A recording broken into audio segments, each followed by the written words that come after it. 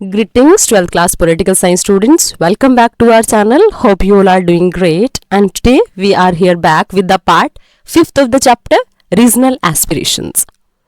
Basically, in 4th part, we have discussed external and internal disputes related to Jammu and Kashmir. We have understood why Kashmir was a conflicting issue between India and Pakistan. Right? We have understood that in which conditions Jammu Kashmir became the part of India. We have understood all these things. So here, all these things we have discussed, this movie part was left. Okay. So basically, this movie that is Rosa. इस रोजा movie में क्या show किया गया है? These basically I have told you several times, movies are showing us the reality and they are based upon the scenario of the country. Right? You have seen lot of movies. For example, आप लोगों ने कभी border movie देखी होगी. Right? तो दे movies are telling us the situation. They are telling us the reality. अब ये movie भी this is also the similar. यहाँ पे क्या है? Tamil Nadu depicting the travels of Roja, a newlywed and doting wife when her husband Rishi is abducted by militants. अब देखो कहीं ना कहीं क्या हो जाता है, ऐसी सिचुएशन जो न्यूलीवेड कपल है बट उसके हस्बैंड को क्या कर लेते हैं, कैप्चर कर लेते हैं. राइट. अब उसके बाद फिर Rishi is copyright who is assigned duty in Kashmir to decode the enemies message. और ऋषि क्या है? एक कॉपीराइटिस्ट है जिसको हम किसको क्या ड्यूटी दी गई है, जिसको ड्यूटी दी गई है कि वो क्या करेगा, रहेगा जहां पर सिक्योरिटी की जरूरत है. और फिर क्या होगा, वो क्या करेगा, सिस्टम को वो क्या करेगा, एक टाइप से एनिमीज के मैसेज को डिकोड, क्योंकि कोडिंग और इन सारी चीजों में बात होती है ना, तो उनको डिकोड करने की कोशिश करेगा. राइट. अब फिर क्या हुआ, as love blossom between the husband and wife, the husband and kidnapped. As I told you कि जो कहीं ना कहीं क्या है, उसके हस्बैंड को किडनैप कर लिया जाता है. The kidnapper demand that their jailer leader be set free in exchange of Rishi. और हमेशा ऐसा ही होता है कि हमारी तरफ से, क्योंकि अगर वो गया था ना डिकोड करने, तो क्या करेंगे, बदले में अपने किसी लीडर को बोलेंगे कि हम यहां से इस पर्टिकुलर पर्सन को छोड़ रहे हैं, आप वहां से हमारे उस टेररिस्ट को छोड़ दो. That was the scenario that always happens in the politics. Right. फिर क्या है, Roja's world is shattered and she is seen knocking at the doors of officials and politicians. Now because she was newly married only, so that's why she was knocking down the doors of each and everyone, चाहे वो politicians हैं, चाहे वो officials हैं. Since the film has the background of Indo-Pakistan dispute, it made instant appeal. The film was dubbed in Hindi and many other Indian languages. और ये movie actual में किसके ऊपर सेट है? ये मूवी एक्चुअल में सेट है हमारी कंट्री के पार्टीशन के ऊपर basically. Right. Indo Pakistan dispute के ऊपर. और इस मूवी का इंपॉर्टेंस इतना ज्यादा था, मतलब इतनी ज्यादा अपीलिंग मूवी थी कि इसको कई सारी और लैंग्वेजेस में, all that is a Tamil movie, but इसको क्या किया गया, डब किया गया हिंदी में भी, and not only in Hindi but other languages also. Right. So this is the story, this was the movie. हमने एक मूवी भी देख ली. Now we are coming on politics since 1948. Now we are coming on the major chapter. अब क्या हो रहा था, पॉलिटिक्स सिंस 1948. अब यहां पे क्या हैपन हो रहा है, what will be the scenario of the country, that we will see today. Right. So let us start now. After taking over as prime minister Sheikh, हमने क्या पढ़ा था, प्राइम मिनिस्टर क्या होते थे उस टाइम पे, क्योंकि चीफ मिनिस्टर को उस टाइम पे प्राइम मिनिस्टर बोलते थे, पढ़ा था ना. तो जैसे ही Sheikh Abdullah initiated major land reforms and other policies which benefited ordinary people, जैसे ही अब प्राइम मिनिस्टर कौन बने, शेख अब्दुल्ला बने, तो उन्होंने क्या इनिशिएट लेने शुरू कर दिए, मेजर लैंड रिफॉर्म्स, मतलब लैंड्स के रिगार्डिंग रिफॉर्म्स करने शुरू कर दिए.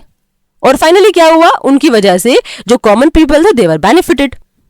सो but there were a growing difference between him and the central government about his position on Kashmir status. अब देखो, इतनी बड़ी कंट्री, इंडिया जैसी कंट्री, वहां पर सेंट्रल गवर्नमेंट भी है, और वहां पर एक स्टेट जिसमें एक पर्सन है ना, कहीं ना कहीं जिनका इतना ज्यादा इंपॉर्टेंस इंक्रीज हुआ है कि सेंटर की कोई चीज वहां पर एप्लीकेबल नहीं हो पा रही है. लॉज भी अगर बनेंगे तो वो वहां की, जब शेख अब्दुल्ला की गवर्नमेंट उसको एक्सेप्ट करेगी तब वो कश्मीर में इंप्लीमेंट होंगे. तो इस पोजीशन ने कहीं ना कहीं क्या कर दिया, एक गैप जो होता है ना वो इंक्रीज कर दिया. किस किस के बीच में, सेंट्रल गवर्नमेंट के बीच में और कश्मीर की पोजीशन के बीच में. Right. So he was dismissed in 1953 and kept in detention for a number of years. अब गवर्नमेंट ने, इंडियन गवर्नमेंट ने क्या देखा, नहीं भाई, it's not according to our desires, इसलिए क्या किया गया, उस पर्सन को क्या कर लिया गया, अरेस्ट किया एक टाइप से, डिसमिस करके। और डिटेंशन क्या होता है? डिटेंशन मतलब होता है नजरबंद रख करके रखना। मतलब आप लोगों ने पढ़ा ना डिटेंशन वाला कि हम लोगों ने स्टडी किया था इमरजेंसी के टाइम पीरियड में, जिसमें लोगों को क्या करके रखा जाता, एक डिटेंट करके रखा जाता था। इट मींस क्या था कि on the basis of suspension only, right. तो यहां पर भी सेम चीज है कि यहां पर भी उस पर्सन को क्या, जो पर्सन कौन था, शेख अब्दुल्ला, उसको डिसमिस किया पहले 1953 में, और उसको कई ईयर्स तक, नंबर ऑफ ईयर्स तक उसको डिटेंशन में रखा। The leadership that succeeded him did not enjoy as much popular support and was not able to rule the state mainly due to the support of the center. अब देखो फिर क्या हुआ, जो लीडरशिप थी ना, जो जिसने उसको सक्सीड किया, वो उसको इतना पॉपुलर सपोर्ट भी नहीं मिला, and was not able to rule to state mainly due to the support of centre. और जितने लार्ज स्केल पे शेख अब्दुल्ला रूल कर रहा था ना, वो इतना रूल भी नहीं कर पाया। There were serious allegation on malpractices and rigging in various elections. क्योंकि देखो सेंट्रल गवर्नमेंट कहीं ना कहीं एक टाइप से क्या दिखा रही थी कि मतलब कोऑपरेटिव नहीं था उतना एटमॉस्फियर, यू कैन थिंक। क्योंकि सेंट्रल गवर्नमेंट को क्या लग रहा था कि हमारा तो कुछ रूल चल ही नहीं रहा है वहां पे, हमारी तो कुछ इंपॉर्टेंस है ही नहीं। तो इसीलिए क्या हुआ, वहां पर भी दोबारा से क्या सिचुएशन हुई, दोबारा से एलिगेशन, मैल प्रैक्टिसेस और सारी की सारी चीजें, क्योंकि ये आरोप लगाए गए कि वहां पे मेल प्रैक्टिसेस हो रही हैं, इलेक्शंस में प्रॉपर मेथड्स यूज नहीं हो रहे हैं, फेयर मैनर यूज नहीं हो रहे हैं। तो ये सारी की सारी चीजें चलती रही। मतलब कहीं ना कहीं क्या हुआ, जितनी शेख अब्दुल्ला ने पावर्स एंजॉय की उतना एंजॉय नहीं हो पाया, even then, and government was interfering again and again, right. So during most of the period between 1953 and 1974 the Congress party exercised influence all the politics of the state. अब देखो कांग्रेस ऐसी चीजें कर क्यों रही थी, थिंक अपॉन द रीजन। क्योंकि वो क्या चाह रहे थे, दे वांटेड ना that their influence should be increased. और अगर स्टेट लेजिस्लेचर वहां पे प्रॉपरली वर्क कर पाएगा तो थिंक विद योर माइंड, क्या कांग्रेस का कोई इंपॉर्टेंस बच जाएगा? ऑफ कोर्स नॉट ना। तो इसीलिए बार बार कांग्रेस क्या कर रही थी, बार बार कांग्रेस यही कर रही थी ना कि बार बार कहीं ना कहीं अपना इन्फ्लुएंस दिखाने के लिए वहां की पॉलिटिक्स में इंटरफेयर किए जा रही थी कंटिन्यूसली, राइट।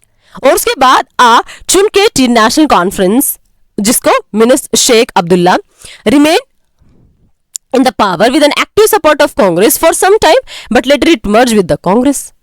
अब देखो ये क्या हुआ फाइनली, अब यहां पर भी आपने शेख अब्दुल्ला का नेम पढ़ा है ना, तो यहां पे भी क्या हुआ कि माइनस शेख अब्दुल्ला नेशनल कॉन्फ्रेंस, अब इनको क्या कर दिया, पावर में रखा गया, लेकिन किसके साथ, with the active support of Congress.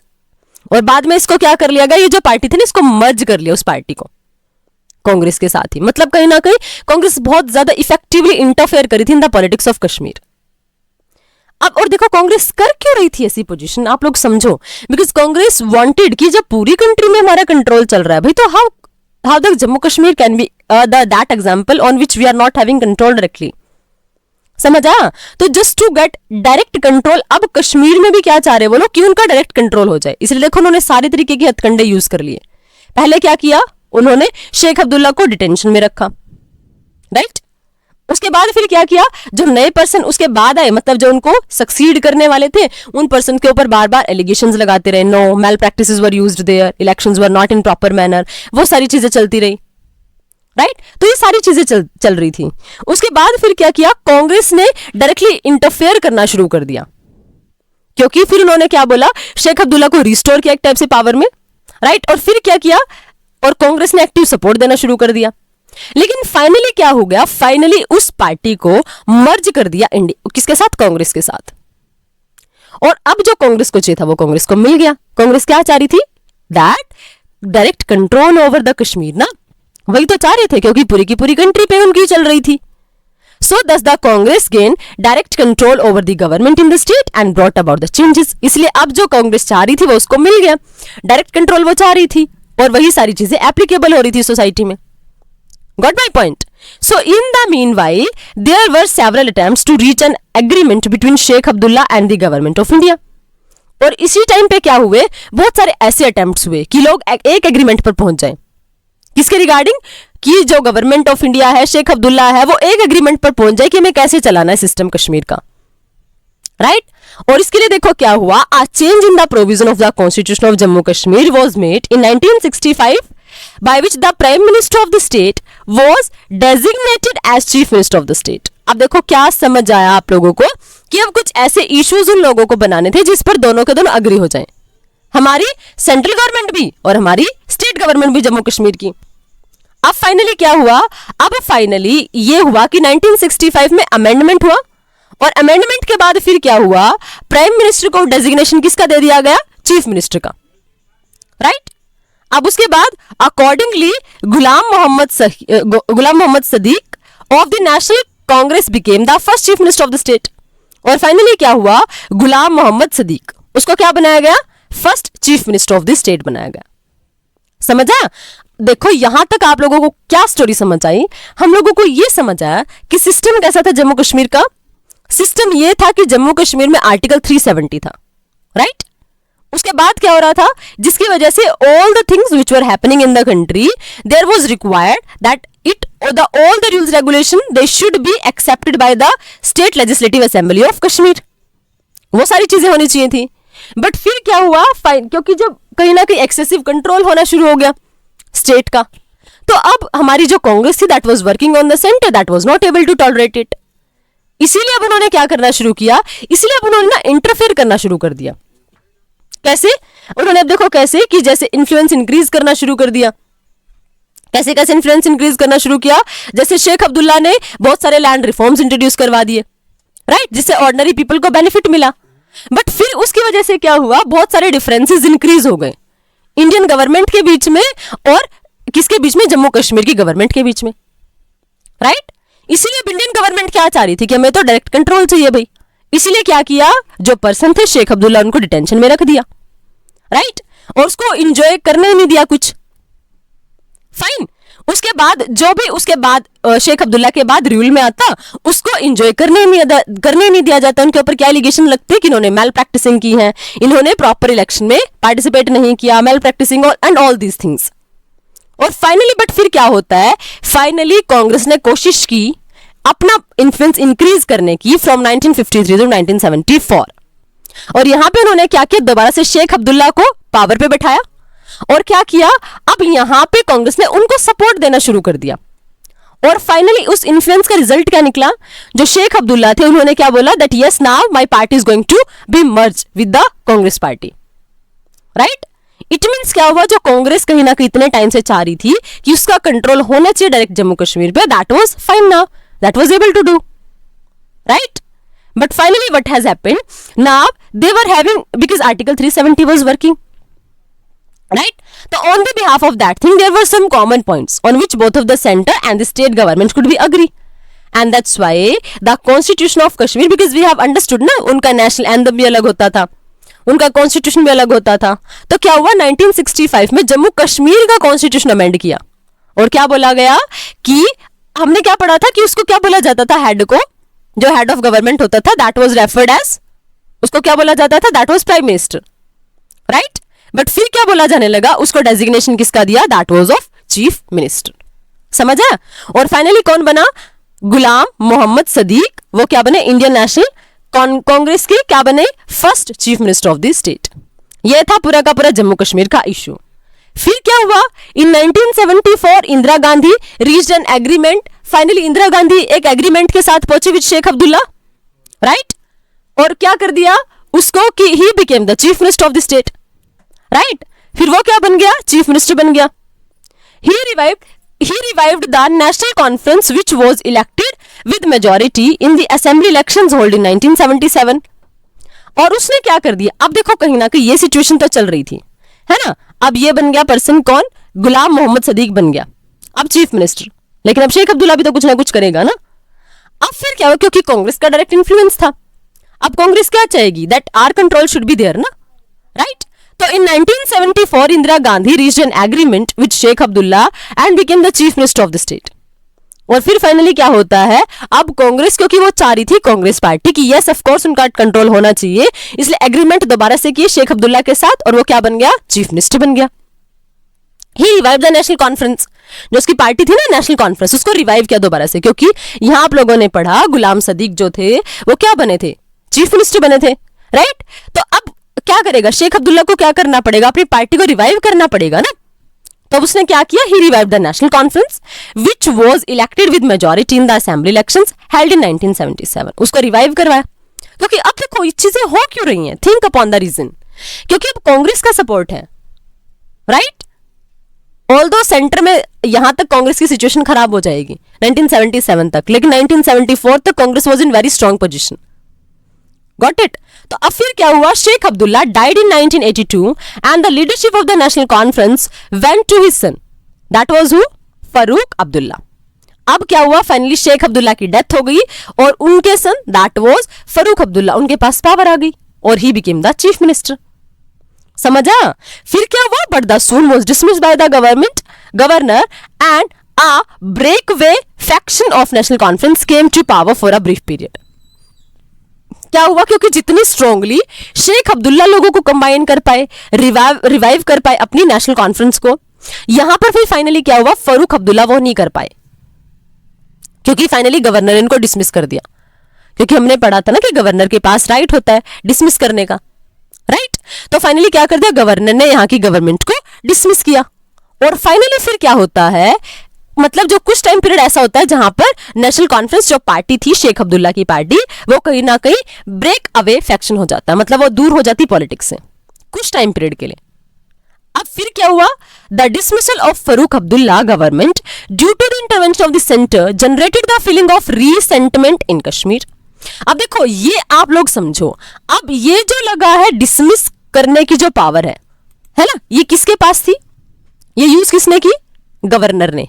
अब समझना इस रीजन को, एज आई टोल्ड यू 1977 में इलेक्शंस हम लोगों ने क्या पढ़ा था लास्ट चैप्टर में, जनता Party will form the government, समझा। अब देखो सेंटर में जैसे ही पावर चेंज होगी वैसे उसका इफेक्ट डायरेक्टली जम्मू कश्मीर के पॉइंट ऑफ व्यू पे पड़ेगा, गेटिंग माई पॉइंट। क्योंकि देखो हम लोगों ने क्या पढ़ा था इमरजेंसी में, यही तो पढ़ा था ना कि इमरजेंसी के बाद क्या हो रहा था, कहीं ना कहीं अपनी पोजीशन को इंक्रीज करने के लिए और हमेशा आर्टिकल 356 का मिसयूज ही हो रहा था। मान लिया अगर सेंटर में कांग्रेस की गवर्नमेंट है तो कांग्रेस क्या करेगी, उन सारे स्टेट्स में इमरजेंसी लगा देगी जहां कांग्रेस नहीं है। अब 1977 का सिनेरियो क्या था, now first time Janata Party will come in the government on the central level, now they are having the first time chance ना। तो अब वो क्या करेंगी, ऑफ कोर्स अगर उनको पता है Jammu Kashmir is the state which is working on the support of Congress party, so what they will be doing, of course वहां पर जो गवर्नमेंट होगी ना that will not be able to work. Got the actual logic behind it. इसीलिए क्या हुआ, अब सोचो इस बात को कि 1977 में अगर सेंट्रल अथॉरिटी कौन है, जनता पार्टी है, तो क्या करेंगे, of course governor will be their representative, और गवर्नर अगर उनका रिप्रेजेंटेटिव होगा तो फाइनली क्या हो जाएगा, गवर्नर अगर सेंटर का रिप्रेजेंटेटिव है तो क्या कर दिया गया, क्योंकि यहां पर किसका सपोर्ट था, यहां पर कांग्रेस का सपोर्ट था, तो क्या कर दिया गया, यहां की गवर्नमेंट को डिसमिस कर दिया गया and a break away faction. समझ आया, गॉट माई पॉइंट, कि यहां पर क्या हुआ, with the interference of central government ये सारी चीजें हो रही थी, क्लियर। और ये जब डिसमिसल हुआ फारूक अब्दुल्ला की गवर्नमेंट का, और ये हुआ क्यों, because of the intervention of the centre, और इसने क्या कर दिया, अब एक रीसेंटमेंट मतलब एक डिससेटिस्फेक्शन की फीलिंग अराइज कर दी कश्मीर के लोगों में, because what did they feel कि हमारे यहां प्रॉब्लम क्यों हो रही, क्योंकि सेंटर ने इंटरवेंशन किया, सेंटर ने इंटरफेरेंस किया, तो अब लोगों के माइंड में डिससेटिस्फेक्शन क्रिएट हो जाएगा। The confidence that the Kashmiris had developed in the democratic process after the accord between Indira Gandhi and Sheikh Abdullah received a setback. और देखो बड़ी मुश्किल से हम लोगों ने क्या किया था, बड़ी मुश्किल से कश्मीरी पीपल के माइंड में ट्रस्ट जनरेट किया था कि yes you are also the part of India. बड़ी मुश्किल से वो जो ट्रस्ट इशू आया था ना, अब दोबारा से वो ट्रस्ट का इशू जनरेट हो गया। क्यों, क्योंकि अब लोगों ने क्या फील करना शुरू कर दिया, अब लोगों ने फील करना शुरू कर दिया कि नहीं, हम लोगों ने जो डेमोक्रेटिक इंस्टीट्यूशन में ट्रस्ट शो किया था ना वो सही नहीं था, तो जो ट्रस्ट था उसने दोबारा से सेटबैक को फील किया, सेटबैक रिसीव किया। रीजन इज क्लियर, क्योंकि I am explaining you again, I am telling you again, क्योंकि देखो क्या हुआ 1977 में the situation of our country will be changed. You have understood the chapter completely, the crisis of democratic order. उसमें आप लोगों ने क्या पढ़ा था कि जैसे ही 1975 की इमरजेंसी का इंपैक्ट पड़ेगा तो 1977 पे first time on the central level the system will be changed, political system will be changed, और क्या होगा, Janata Party will be ruling the country. और जैसे जनता पार्टी रूल करेगी तो now what will happen, it will try to impose emergency in all those provisions in which there was the government of other parties, there was the government of specially Congress party and Jammu Kashmir was the example of that. इसीलिए जैसे Janata party power में आई, उन्होंने क्या कर दिया, उन्होंने सबसे पहले जम्मू कश्मीर के सिनेरियो को देखा, क्योंकि वहां पे क्या हो रहा था, फारूक अब्दुल्ला की गवर्नमेंट थी and that government was working with the support of Congress party only.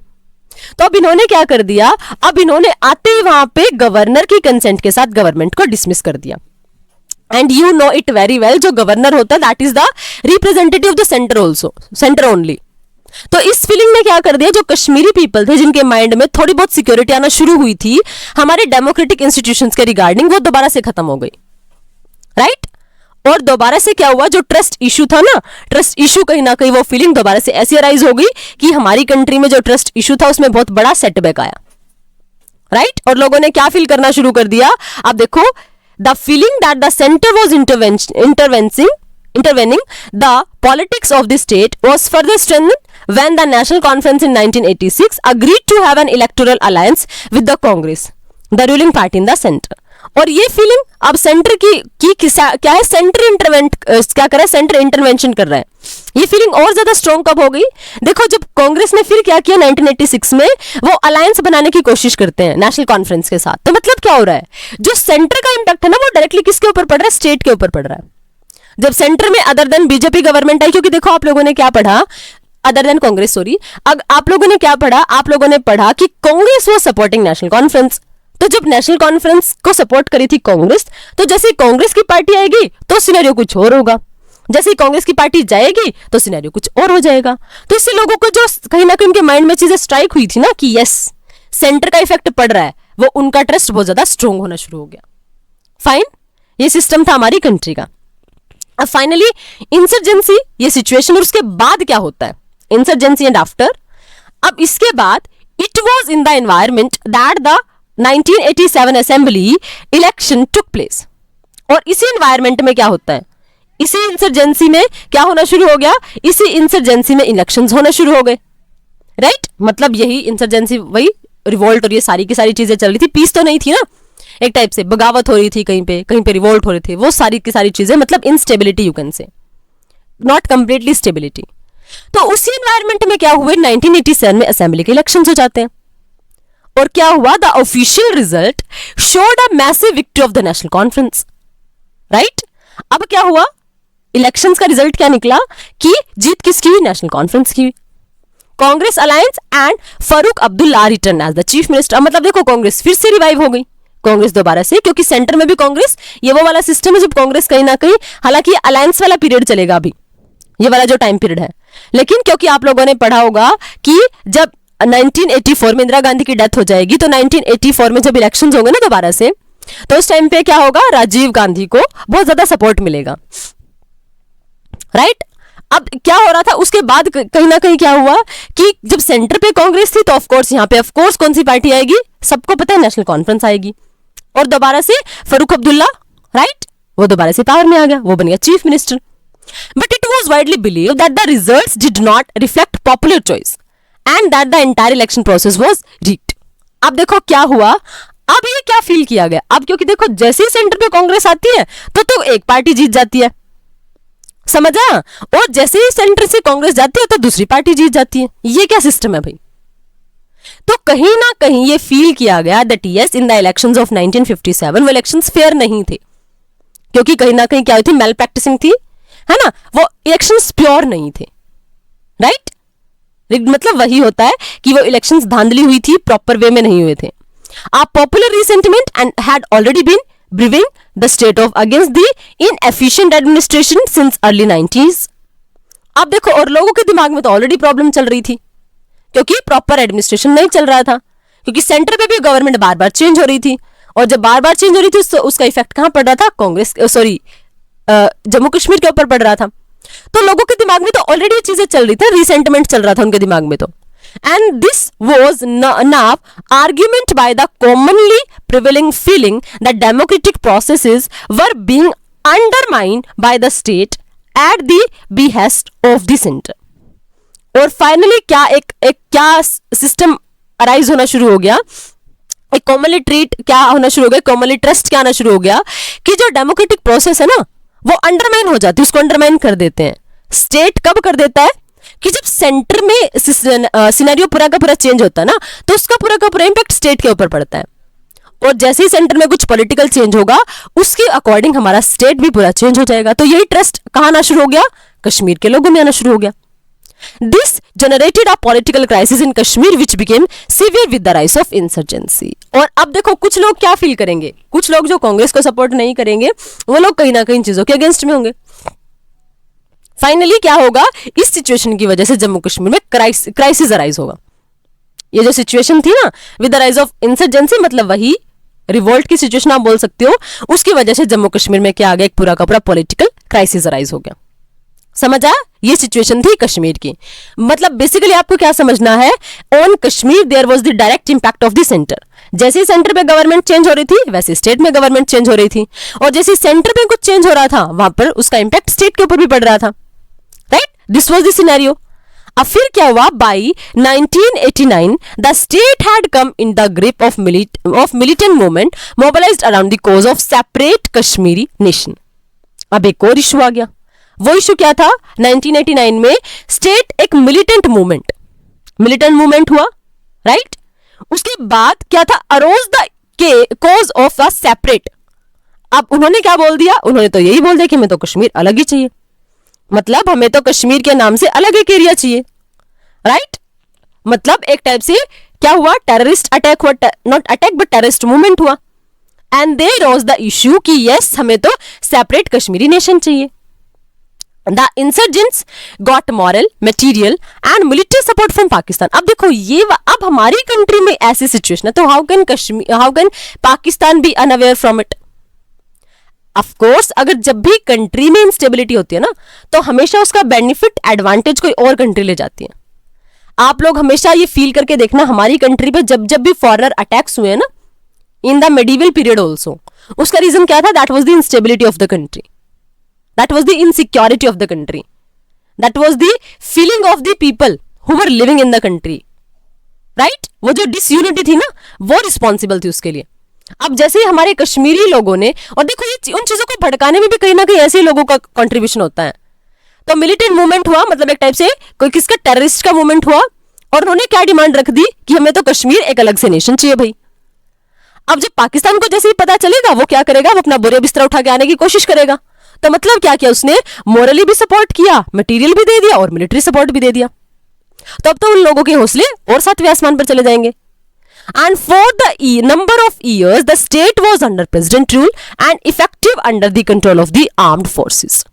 और उसका इंपैक्ट क्या पड़ा, उसका इंपैक्ट ये पड़ा that in the 1989 when this system was arose, तो we were not having any other option, and what happened, the president rule was implemented. And as the president rule was implemented, so what was done there to keep peace, just there was the rule of armed forces, right? So throughout the period from 1990, Jammu and Kashmir experienced extraordinary violence of the hands of the insurgents and through army action। अब देखो insurgency बहुत ज्यादा violence हुई, क्योंकि देखो जब वो militants कुछ करने की कोशिश करेंगे तो हमारी आर्मी भी कुछ ना कुछ एक्शन करेगी, और उनका टारगेट्स बेसिकली कौन हो जाएंगे, जो कॉमन पीपल होंगे। हमेशा ना लॉस किसका होता है, कॉमन पीपल का, क्योंकि पाकिस्तान क्या कर रहा था, वायलेंस को भड़का के आराम से बैठा हुआ था। हम लोग चाह रहे थे कि कुछ भी करो बट पीस मेंटेन हो जाए, that's why we were sending our army. Right, so victim कौन थे, they were the common people, क्योंकि वहां से पाकिस्तान अटैक कर रहे हैं, हम आर्मी के रिगार्डिंग क्या कर रहे हैं, हम आर्मी को भेज रहे हैं उनको खत्म करने के लिए। तो उसका टारगेट्स क्या कौन बन रहे हैं, that were the common people only. समझ आया। तो अब फाइनली क्या हुआ, इस पीरियड में जम्मू कश्मीर ने बहुत ज्यादा वायलेंस को फील किया। Okay, assembly elections in the state were held in the 1996 in which national conference led by Farooq Abdullah came to power with a demand for regional autonomy for Jammu and Kashmir। अब time period क्या हुआ कि जैसे ही president rule थोड़ा कम होगा, है ना, तो फिर क्या हुआ 1996 में सोचा कि now the situation is normal, अब इलेक्शंस करा दो। तो इलेक्शन जब हुए तो दोबारा से कौन आया, नेशनल कॉन्फ्रेंस आई पावर में, और वहां पे फिर क्या हुआ, फरूक अब्दुल्ला दोबारा से पावर में आए, but this time with the demand for regional autonomy. मतलब जम्मू कश्मीर को बहुत ज्यादा ऑटोनॉमी चाहिए, बहुत ज्यादा फ्रीडम चाहिए। And at the end of this term, it's term, elections were held in the state in 2002 और फाइनली क्या हो गया 2002 में इलेक्शंस हुए, राइट? अब फिर क्या हुआ, the national Conference failed to win a majority and was replaced by a coalition government of People Democratic Party PDP। अब देखो कितने सिनेरियो के बाद पॉलिटिकल पार्टी चेंज हो रही है। 2002 में दोबारा जब इलेक्शंस हुए तो फाइनली क्या होगा, नेशनल कॉन्फ्रेंस को रिप्लेस कर दिया जाएगा। फर्स्ट टाइम ऐसा हुआ कि नेशनल कॉन्फ्रेंस मेजोरिटी नहीं गेन कर पा रही है ना, ऑलमोस्ट फर्स्ट टाइम। तो यहां पे फिर क्या होगा, अब यहां पे एक दूसरी पार्टी आएगी, that is people democratic party PDP। And what after that, फिर वहां का सिस्टम कैसा होगा, राइट? आई थिंक यहां तक आपको क्लियर है, you are able to understand it. मतलब आज आपने जो कंटेक्स्ट स्टडी किया that is of Kashmir only, जिसमें बेसिकली सेंटर का डायरेक्ट इंटरवेंशन है।